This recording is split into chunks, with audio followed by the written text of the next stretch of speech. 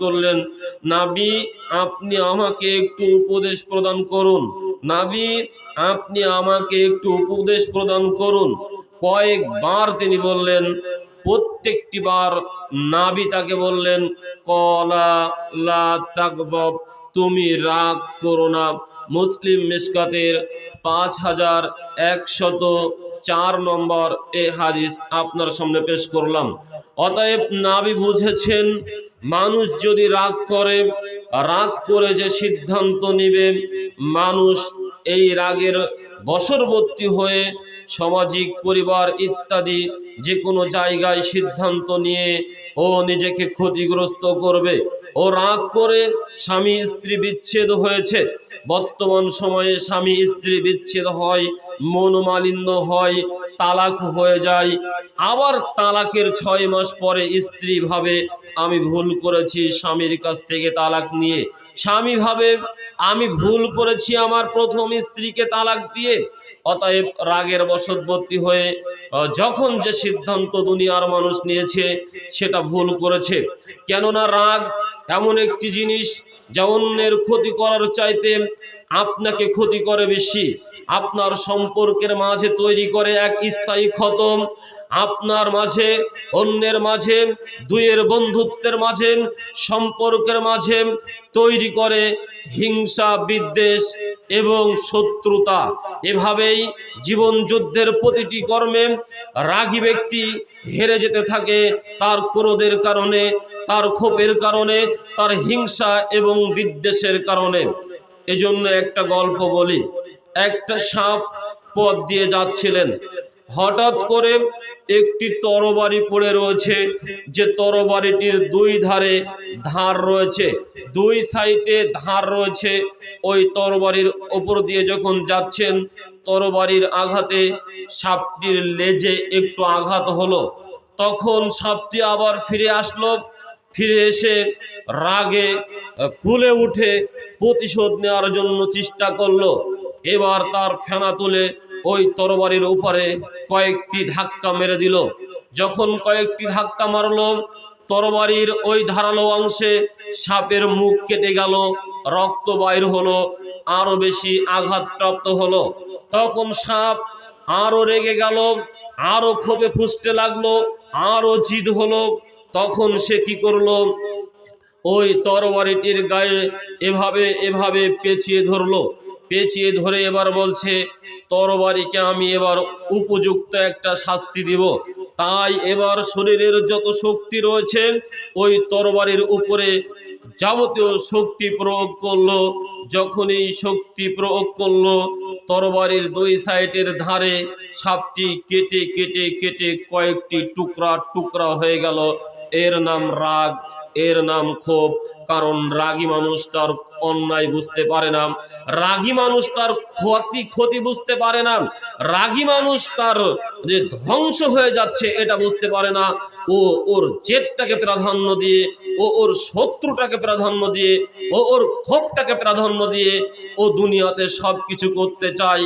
এজন্য আমাদের নবী বলেছেন, আনাবি হুরায়রা রাদিয়াল্লাহু তাআলা আনহু قال قال রাসূলুল্লাহ সাল্লাল্লাহু আলাইহি ওয়াসাল্লাম, আমাদের নবী বলেন, আবু হুরায়রা রাদিয়াল্লাহু তাআলা আনহু বর্ণনা করেছেন, লাইসা শাদীদু বিসুরআতি, প্রকৃতপক্ষে ওই ব্যক্তি শক্তিশালী নয় যে ব্যক্তি তার অপর পক্ষকে এভাবে ধরেছে, ধরে উঁচু করে ছুঁড়ে ফেলে দিয়েছে, ওই ব্যক্তি প্রকৃত পক্ষে শক্তিশালী নয়।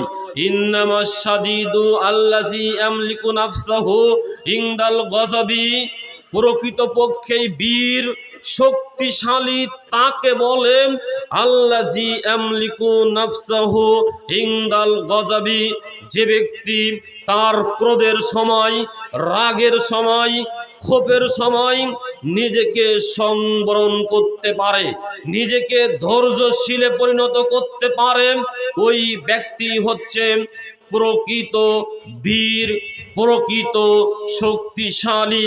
এই কথা আমাদের নবী বলেছেন বুখারী মুসলিম মিশকাতের 5105 নম্বর হাদিসে। অতএব আপনার সামনে এ পর্যন্ত আলোচনা দিয়ে যে কথা বলতে চাচ্ছিলাম, আপনি রাগ জিদ ক্ষোভ নিয়ে দুনিয়াতে কাজ করেন না। যখন আপনার রাগ হয়ে যায় একটু চিন্তা করেন, রাগ আসে শয়তানের পক্ষ হতে, তাড়াহুড়া করবেন না। সাহাল ইবনে সাদ রাদিয়াল্লাহু তাআলা আনহু বলেন, আল ঈনাতু মিনাল্লাহ ওয়াল উজলাতু মিনাশ শায়াতিন, ধীর স্থিরতা নমনীয়তা এটা আসে আল্লাহর পক্ষ হতে, উগ্রতা তাড়াহুড়া এটা আসে শয়তানের পক্ষ হতে। আপনার ভিতরে যখন দেখবেন একটা বিষয়ে অতীব তাড়াহুড়া লেগে গিয়েছে, জিদ কাজ করছে, উগ্রতা আপনার ভিতরে প্রকাশ পেয়েছে, মনে করবেন শয়তান আপনাকে এই অন্যায়ের দিকে ধাবিত করার জন্য জোরালো প্রচেষ্টা চালিয়ে যাচ্ছে। আপনি তখন সংবরণ হন, নিজেকে ধৈর্যশীলে রূপান্তরিত করুন, তাড়াহুড়া না করে চিন্তা ভাবনা করুন, পদক্ষেপ নিতে একটু ভাবনা চিন্তা করুন, পরামর্শ নিন, অতঃপর দ্বিতীয় পদক্ষেপে আপনি যান, দেখবেন একটি সুন্দর ফয়সালা আপনি পেয়ে গিয়েছেন। অতএব যখন পরিবারে, সমাজে অথবা ইত্যাদি কোনো জায়গায় আপনার মগজটাকে উগ্র করে দেয়, রাগান্বিত করে দেয়, তখন আপনি সাথে সাথে বলুন, আউযু বিল্লাহি মিনাশ শাইতানির রাজিম। আল্লাহ, তোমার কাছে আমি বিতাড়িত শয়তানের এই কুমন্ত্রণা হতে আশ্রয় প্রার্থনা করছি। এভাবেই আল্লাহর কাছে আপনি সাহায্য প্রার্থনা করুন। সম্মানিত উপস্থিতি, যখন আপনার অতীব রাগ হয়ে যায় তখন আপনি দাঁড়িয়ে থাকলে বসে পড়ুন, বসে থাকলে বিছানায় ঘুমিয়ে পড়ুন।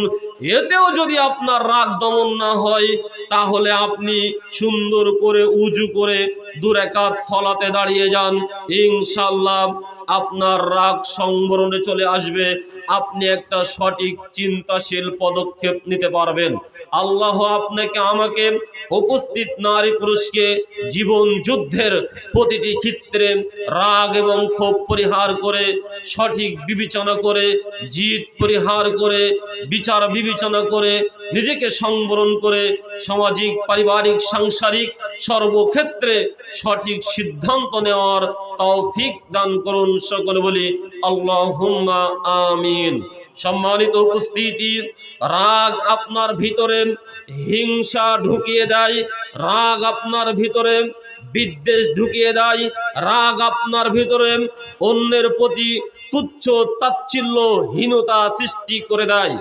সম্মানিত উপস্থিতি, অথচ এই হিংসা একটা মারাত্মক ব্যাধি। হিংসা আপনার অন্তরকে জ্বালিয়ে পুড়িয়ে একেবারে ছাই সারকার করে দেয়। যেমন ভাবে আগুন কাঠকে জ্বালিয়ে পুড়িয়ে ছাই করে দেয়, অমন ভাবে একজন হিংসুক ব্যক্তির হৃদয়কে ওই হিংসা নামক পদার্থ তার এই হৃদয়ের মনুষ্যত্বকে একেবারে জ্বালিয়ে পুড়িয়ে ছাই করে দেয়। সম্মানিত উপস্থিতি, হিংসা এমন একটি পাপ যেটা পৃথিবীর বুকে সর্বপ্রথম সংগঠিত হয়েছিল। আমি যদি এখন আপনাদেরকে প্রশ্ন করি, পৃথিবীর সর্বপ্রথম পাপ কোনটি? আপনি হয়তো উত্তর দিবেন, পৃথিবীর সর্বপ্রথম পাপ হচ্ছে হত্যা। আমি আপনাকে বলি, আপনার উত্তর সঠিক রয়েছে, আপনার জানা সঠিক রয়েছে। পৃথিবীর সর্বপ্রথম পাপ হত্যা। কাবিল হাবিলকে করেছিল, এটা আমি আপনাকে ভুল বলছি না। তবে এই হত্যার আগে আরেকটি পাপ রয়েছে, যে পাপটি আপনি আমি অনুধাবন করতে পারি না, যে পাপটি আপনার আমার হৃদয়ে এখনো আসেনি, যে পাপটি আপনি এখনো বুঝতে পারেননি অথবা জানতে পারেননি। সেই পাপটি হচ্ছে হিংসা। আপনি বলতে পারেন, হুজুর হিংসা কি করে হয়? হত্যাই তো প্রথম পাপ। আপনি যে আয়াত দিয়ে প্রমাণ করবেন হিংসাই প্রথম পাপ, আল্লাহ সেই আয়াত দিয়েই বলেছেন। আপনি যে আয়াত দিয়ে প্রমাণ করবেন হত্যা প্রথম পাপ, আল্লাহ সেই আয়াত দিয়েই আমাদেরকে জানিয়েছেন হিংসাই হলো পৃথিবীতে প্রথম পাপ। যেমন আল্লাহ সূরা মাইদার 27 নম্বর আয়াতে বলেন, ওয়াতলু আলাইহিম নাবা আবনাই আদম বিল হাক্কি ইয করবা কুরবানান ফাতাকুব্বিলা মিন আহাদিহিমা ওয়া লাম ইতাকাব্বাল মিনাল আখার ক্বালা লা আকতুলান্নাকা ক্বালা ইন্নামা ইয়াতাকাব্বালুল্লাহু মিনাল মুত্তাকিন। আল্লাহ রাব্বুল আলামিন সূরা মাইদার 27 নম্বর আয়াতে আমাদেরকে বলছেন, হে নবী, আপনি বিশ্ববাসীর সামনে ওয়াতলু আলাইহিম নাবা আবনাই আদম বিল হাক্কি, আপনি আদমের দুই সন্তানের কুরবানির কথা একেবারে সত্য সহকারে স্পষ্ট রূপে মানুষের সামনে বর্ণনা করে দিন। ইজ করবা কুরবানান ফাতাকুব্বিলা মিন আহাদিহিমা ওয়া লাম ইতাকাব্বাল মিনাল আখার, যখন তাদের দুই পুত্রকে কুরবানি করার কথা বলা হয়েছিল, কাবিল এবং হাবিলকে তারা কুরবানি করেছিল। তাদের একজনের কুরবানি তথা হাবিলের কুরবানি আল্লাহ কবুল করেছিলেন, অপরের কুরবানি তথা কাবিলের কুরবানি পড়েছিল, আল্লাহ কবুল করেননি। ক্বালা লা আকতুলান্নাকা, তখন কাবিল হাবিলকে বলেছিল আমি তোমাকে হত্যা করব। হাবিল বলেছিল ক্বালা ইন্নামা ইয়াতাকাব্বালুল্লাহু মিনাল মুত্তাকিন, নিশ্চয়ই আল্লাহ তাআলা মুত্তাকি আল্লাহ ভীরু পরহেজগার ব্যক্তির নিকট হতে কুরবানি গ্রহণ করে থাকেন। সম্মানিত উপস্থিতি, এই আয়াতের মধ্যেই প্রমাণ রয়েছে হিংসা পৃথিবীতে প্রথম পাপ। কেননা কাবিল দেখতে ছিল আমার ভাই হাবিল সে সমাজে সম্মানিত হয়েছে, পিতার কাছে সম্মানিত হয়েছে, পিতার কাছে মর্যাদা পেয়েছে। আল্লাহ আজকের দিনে আমাদেরকে কুরবানি করতে বলেছেন, আমরা কুরবানি করেছি, আমার কুরবানি কবুল হলো না। কেননা সে সময়ে কুরবানি রেখে আসতে হতো, আল্লাহ জায়গায় রিজাল্ট দিয়ে দিতেন, আসমান থেকে আগুন এসে যার কুরবানিটি জ্বালিয়ে দিতেন, তার কুরবানি গৃহীত হয়েছে বলে বিবেচনা করা হতো। যার কুরবানিটি পড়ে থাকতেন তার কুরবানি কবুল হয়নি বলে বিচার বিবেচনা করা হতো। যদিও আপনাকে বলতে চাচ্ছিলাম, আজকের দিনে আপনার আমার কুরবানি সে সময়ের মতো যদি আসমান থেকে এসে জ্বালিয়ে দিত, তাহলে যে কত মানুষের কুরবানি আজ পড়ে থাকতো ওই কাবিলের কুরবানির মতো, সেটা শুধু দেখার বিষয় ছিল। অতএব সম্মানিত উপস্থিতি, বলতে চাচ্ছিলাম, যখন কাবিলের কুরবানি কবুল হলো না, হাবিলের কুরবানি কবুল হলো।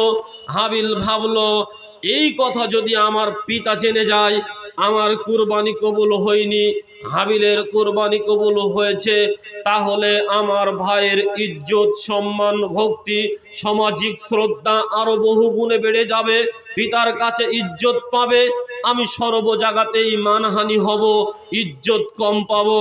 অতএব তার আপন ভাইয়ের সম্মান এবং ইজ্জতকে মেনে নিতে পারিনি, উন্নতি সফলতাকে মেনে নিতে পারিনি, তার নিজের ভাইয়ের জয়কে মেনে নিতে পারিনি, নিজের ব্যর্থতাকে মেনে নিতে পারিনি, তাই তার মনে হিংসার বীজ বমন হয়েছিল।